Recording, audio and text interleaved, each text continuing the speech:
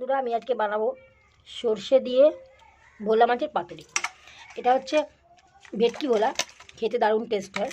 তার জন্য আমি নিয়েছি একটু আলু কুচি কুচি করে। আমার পাতুরিতে আলু খেতে ভালো লাগে, কার ভালো লাগে সে দিয়ে দেবে। আর এটা হচ্ছে সর্ষের পেস্ট করে নিয়েছি, আর একটু ধনেপাতা, একটু কাঁচা লঙ্কা, একটু পেঁয়াজ, একটু টমেটো। এবার তাহলে মাছটাকে মেখে নিই। তার জন্য সর্ষের পেস্টটা দিয়ে দিলাম।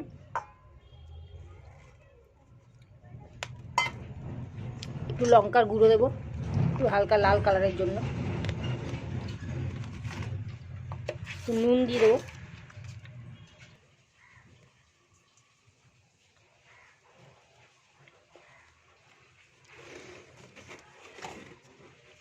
আলুগুলো দিয়ে দেবো, হলুদ দিয়ে দেবো। এবার একে একে ধনেপাতা, লঙ্কা, পেঁয়াজ, টমেটো। এইবার দেবো সর্ষের তেল। সর্ষের তেলটাকে আমি একটু হালকা গরম করে নিয়েছি।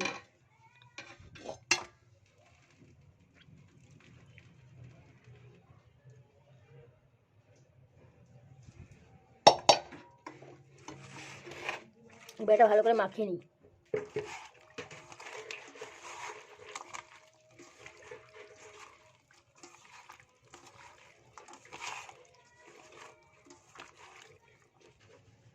দেখুন ভোলা মাছের ডিম, দেখুন আমার সুন্দর করে মাখানো হয়ে গেছে। এবার এটাকে পাতুরির জন্য কলা পাতা রেডি করব। এই যে আমাদের কলা পাতা ভালো করে ধুয়ে নিয়েছি। এবার এটাকে একটু সেঁকে নেব, যাতে কলা পাতাটা ফেটে না যায়।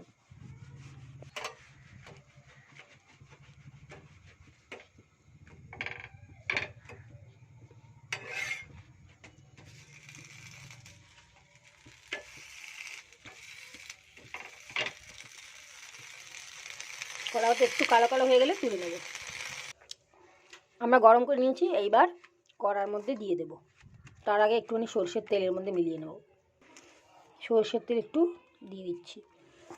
পাতুরির মেন হচ্ছে সর্ষের তেল আর সর্ষের পেস্ট। এটা যদি একটু বেশি করে দেওয়া যায় তাহলে এর টেস্ট খুব ভালো হয়। সর্ষের তেলটা এতটা ঝাঁঝ, চোখ পুরো জ্বালা করছে। এবার দিয়ে দেবো আস্তে আস্তে মাখিয়ে রাখা মাছ আর আলু।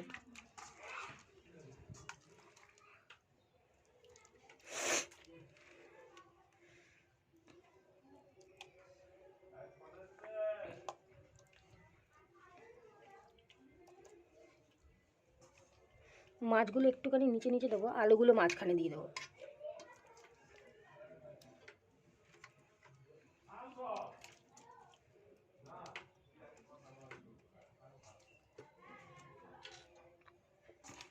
এবার এই আলুগুলো ওপর থেকে দিয়ে দেবো।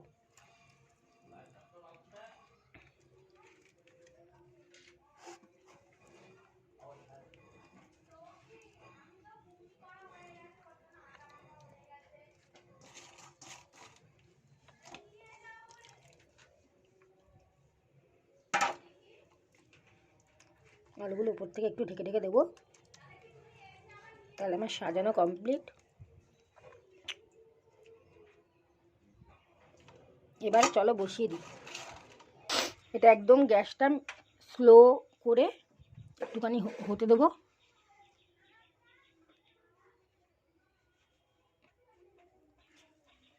এবার ঢেকে দেবো, একটু 10 মিনিট ঢেকে দেবো।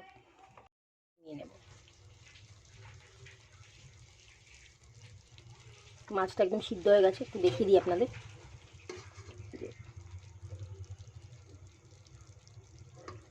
পুরো সিদ্ধ হয়ে গেছে। এই যে আমি উল্টে নিয়েছি, দেখতেই পাচ্ছ রেডি হয়ে গেছে।